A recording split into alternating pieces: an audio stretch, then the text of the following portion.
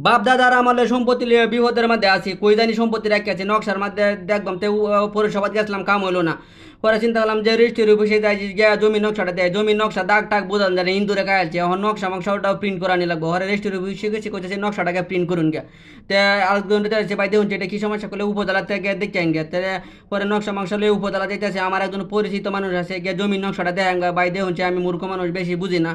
পরে আগে উপজেলার ভিতরে ঢুকে পড়লাম, ঢুকে গিয়ে বার হইলাম, দিয়ে আমার হে লুক নাই। পরে উপজেলা পরিষদে বার হয়েছি, বার হয়ে চিন্তা করলাম অপু ভাইয়ের দোন আগে দিয়ে হ্যাঁ নকশা মকশা প্রিন্ট করে নাকি। পরে হ্যাঁ জমি নকশাটা দেখাইতে কইতে গরিব তো কেউ প্রিন্ট করে না। পরে আরেক দোকানে গেলাম, কইতেছে না। পরে আরেক দোকানে গেলাম, বিজয় কম্পিউটার, কইতেছে না জমি নকশা প্রিন্ট করি না। পরে গেলাম সুমন্দ্রা, না সুমন্দ্রা কইতেছে জমি নকশা তো আমি তো বুঝি না। পরে গিয়ে আর একটা দোকানে গিয়ে ভাইসি কইছে ভাই কেমন আছুন কি খবর, কইতেছে বালা।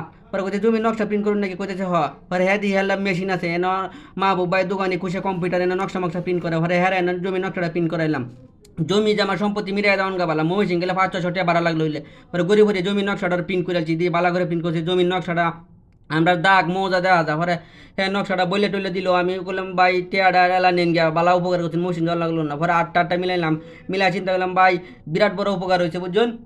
পরে জমি জমার নকশা টকশা প্রিন্ট টিন করে চিন্তা করলাম, মহন একটা ঝামেলা, বড় একটা ঝামেলা গেছে, এক কাম করি বাড়ির দিকে রওনা হই আজগ।